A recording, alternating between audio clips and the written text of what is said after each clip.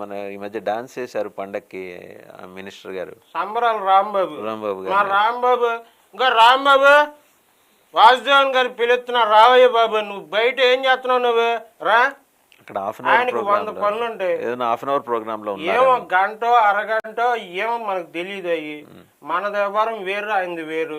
రావయ్య రాంబాబు. నమస్కారం అండి వాసుదేవర్ గారు, ఎలా ఉన్నారు?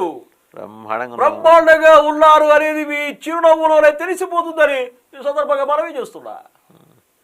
మెగాస్టార్ చిరంజీవి గారికి వచ్చినటువంటి అత్యున్నతమైన పురస్కారం పద్మ విభూషణ్ అనేది చిన్న విషయం కాదు. పార్టీ పరంగా కూడా ఆయన మాకెప్పుడు అనుకూలంగానే ఉండే మనిషి. మాకు పవన్ కళ్యాణ్తోనే తప్ప చిరంజీవి గారితో ఎటువంటి ఇబ్బంది లేదు. ఆయనకి మంచి జరుగుతుంది. అన్నీ కూడా ఇలాంటి పురస్కారాలు ఎన్నో వస్తాయని ఈ సందర్భంగా మనవి చేస్తున్నా. రాంబాబు గారు ఏంటి ఈసారి మీకు సత్తెనపల్లి ఇవ్వట్లేదని తెలిసింది, నిజమేనా? జగన్మోహన్ రెడ్డి గారికి ఎవరికి ఏమి ఇవ్వాలో బాగా తెలుసు. ఆయన సత్తెనపల్లి ప్లేసు చూసే మనిషి కాదు, పార్టీని చూసేటువంటి వ్యక్తి. ఆయన ఎక్కడ పోటీ చేసి ఎక్కడ ఇచ్చినా సరే మేము నిలబడతాం, ఇవ్వకపోయినా సైలెంట్గా ఉంటాం. మీది సైలెంట్గా ఉండే తత్వం కాదే. రాజశేఖర రెడ్డి గారి దగ్గర అప్పటి నుంచి చూస్తున్నాం మిమ్మల్ని. సైలెంట్ గానే ఉంటాం. ఉండవలసిన పరిస్థితి వచ్చినప్పుడు సైలెంట్ గానే ఉంటాం. మాట్లాడవలసిన పరిస్థితి వచ్చినప్పుడు బిగ్గరగా మాట్లాడతాం. సరే కానీ ఒక డౌట్ రాంబాబు గారు, ఎలాగో రాక వచ్చారు, మీరు దొరకరు మామూలుగాను అందరికీ. చెప్పండి.